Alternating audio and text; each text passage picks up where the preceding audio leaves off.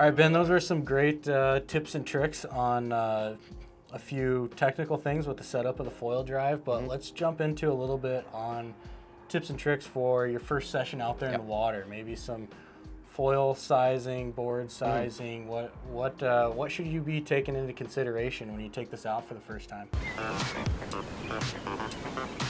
I mean, we get a lot of comments about the first session being harder than people thought. This is a foil assist. It does make life easier. It does enable you to catch more waves and get up easy and all that kind of stuff.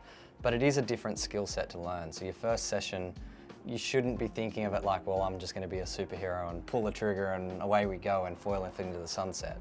It is a new skill. So think about that when you're choosing your board and your gear. If you've got some bigger foils, just size up. You can always work your way down. If you make your life too difficult to start with, it can always be a really poor first experience because you're like, wow, that's really hard when it didn't really need to be. So size up foil, think about where you go out first, where, you know, don't jump straight out into the lineup where there's lots of people around. Even if you are a good foiler, go somewhere quiet by yourself or off to the side where you can play with this new toy and this new experience, because it is a little bit different.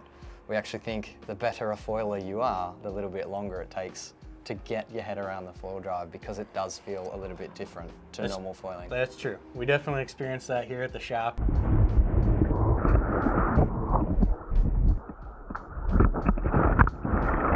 Exactly. I grabbed my my wing setup that I normally ride, headed out there, struggled. Cole's a prone foiler. Yeah. He took his regular prone setup out, struggled as well. Yeah. Next time we went out with bigger gear, like you said, Perfect. piece of cake. Yeah, and you get your head around it. You get your head around how the system works and what little changes you need to have with weight over the nose of the board, keeping it flat and level, how to transition off the motor. Again, we've got videos on all of this stuff, so make sure you go check that out. But then session 2, 3, you're back to the gear that you really want to be riding. Yep. Make life easy for yourself. This is not a just get out of jail free card, cheat code. As much as it is in the long run, your first session, size up, you're going back to square one, think of it that way.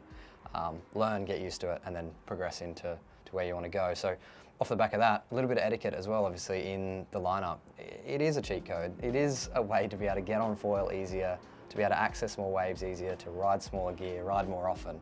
But we need to remember surf etiquette, or just normal respect for the people around you as well.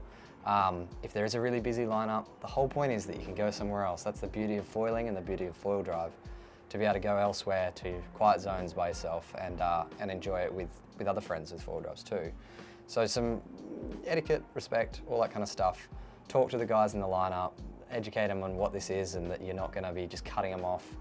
I think personally, anyone without a motor has priority. It's exactly the same as power boats versus yachts. The yacht's always got priority because the boat can move around.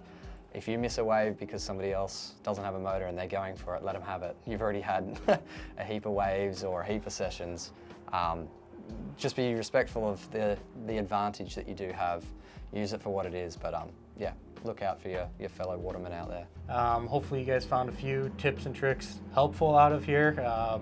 Hopefully both in the water and when you're doing setup. If you've got any comments or questions, drop them below. See you guys on the water.